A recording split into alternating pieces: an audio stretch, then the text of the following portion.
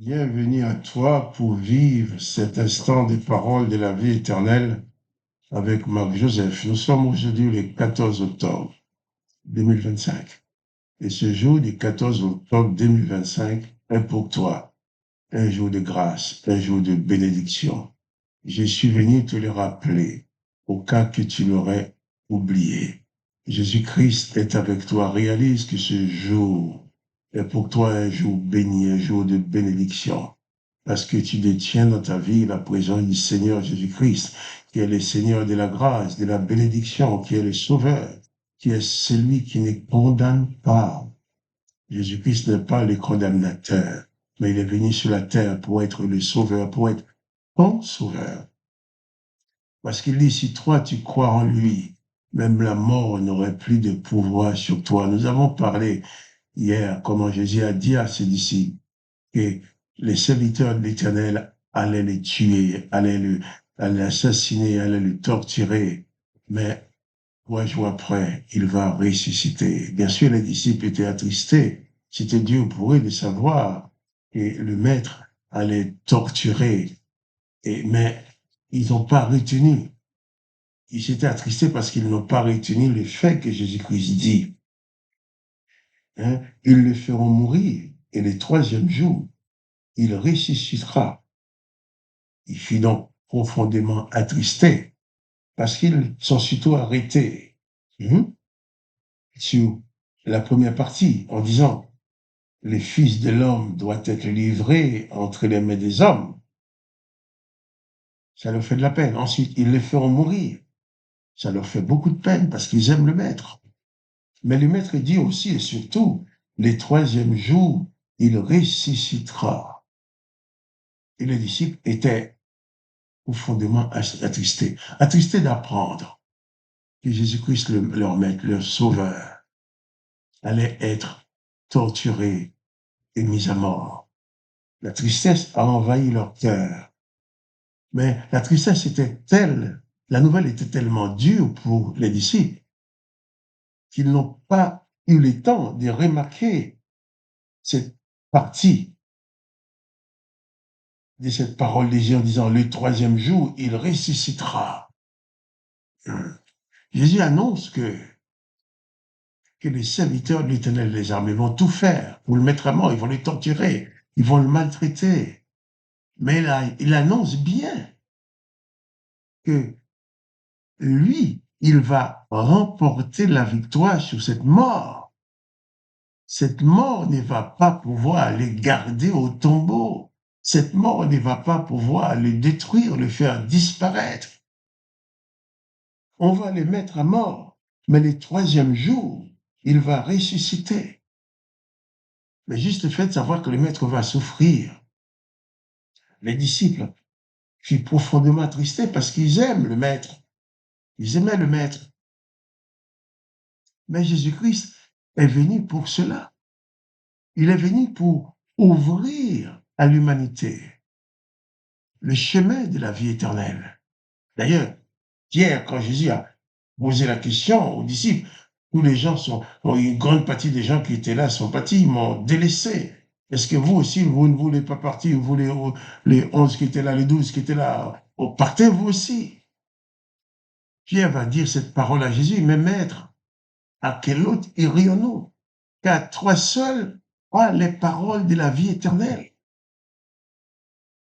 Jésus est venu sur la terre pour nous apporter les paroles de la vie éternelle, pour nous annoncer, pour t'annoncer que la mort n'aura pas tout de pouvoir sur toi, pour t'annoncer que tu as la possibilité de vivre éternellement. Mais il fallait qu'il y ait quelqu'un qui inaugure cette vie éternelle pour les humains. C'est pour ça que Jésus est venu dans un corps humain. Il a annoncé les paroles de la vie éternelle aux humains. Il a expliqué les choses. Au point que les serviteurs de l'Éternel sachant bien que l'Éternel a dit qu'il empêcherait l'homme de vivre éternellement.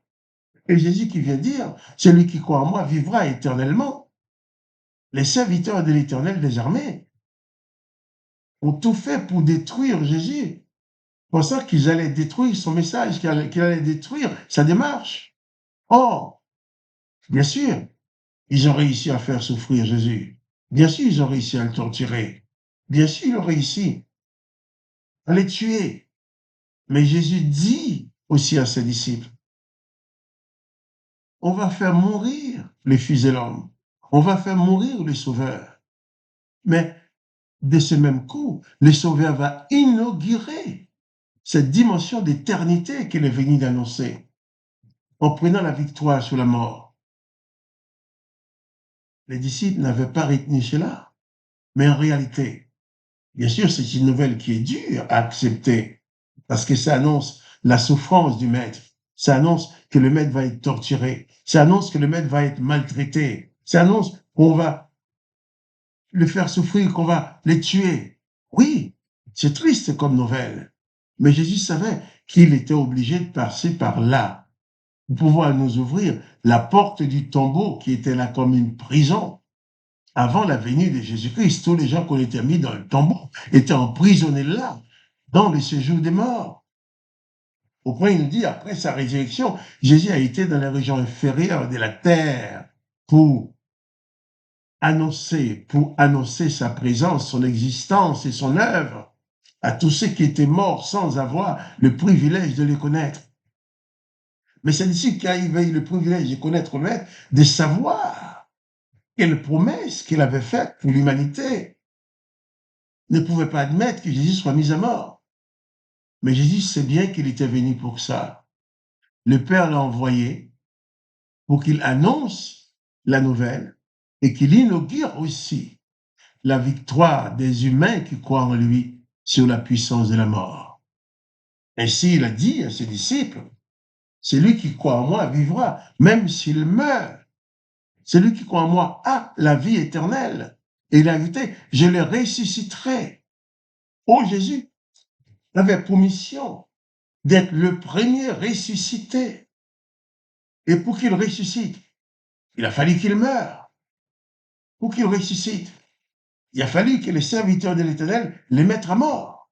Et d'ailleurs, sachant bien que Jésus était conscient qu'il était venu pour cela, il a tout fait pour que ceux qui l'ont mis à mort, ceux qui l'ont accusé, ceux qui ont menti à son sujet, ceux qui ont inventé des mensonges pour obliger Pilate à le crucifier, Jésus savait que ces gens-là n'étaient pas les coupables. Il était animé de l'Esprit de l'Éternel qui voulait que les choses se passent comme ça.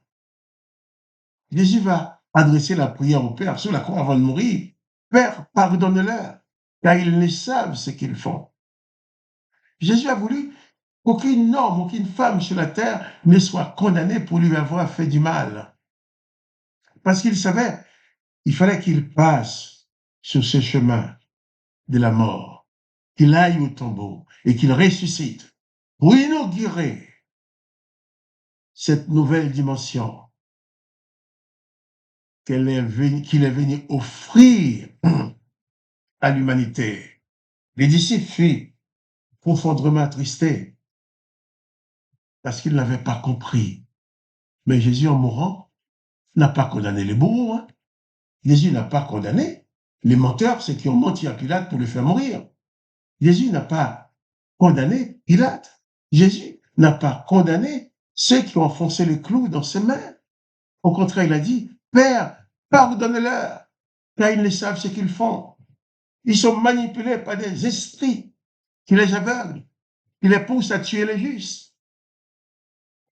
Ils sont manipulés par des esprits qui les poussent à tuer le seul homme juste que la terre a connu. Le seul homme juste que la terre a vu vivre. Ils l'ont tué. Mais cet homme juste, Jésus-Christ, les a pardonnés. Père, pardonne-leur. Il n'a pas dit à l'exception de Pilate, à l'exception de Caïphe, non, non, non. Père, pardonne-leur, car ils ne savent ce qu'ils font.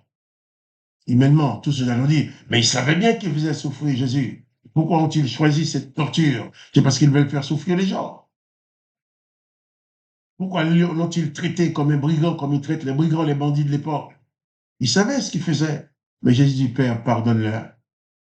Car Jésus savait qu'il était manipulé par des mauvais esprits. Il était manipulé par l'esprit de leur religion. pour tuer Jésus.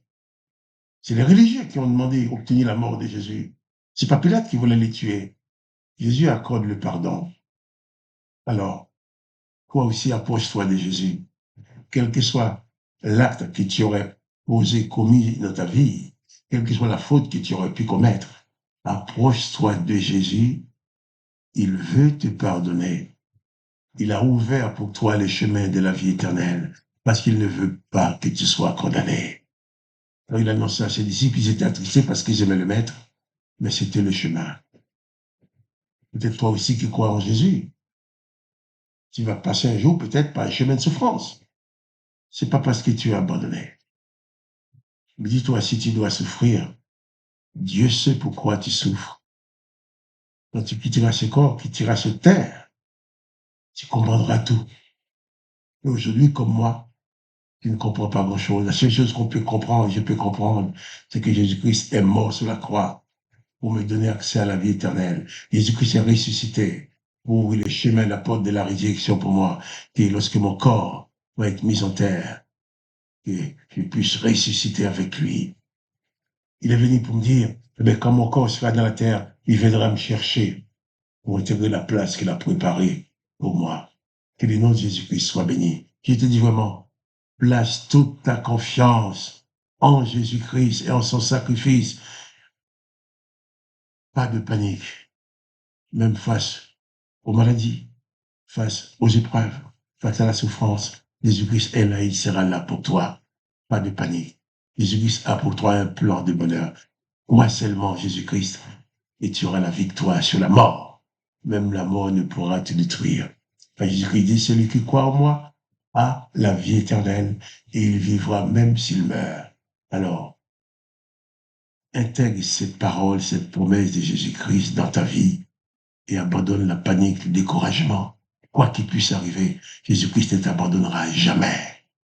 N'écoutez pas ceux qui vont te dire, c'est fini pour toi, il n'y a pas de solution. Jésus-Christ est ta solution, même contre la mort. Alors, sois béni. Souviens-toi que Jésus-Christ est ta solution. Plus de déprime, plus de découragement. Et je te dis à demain pour les paroles de la vie éternelle.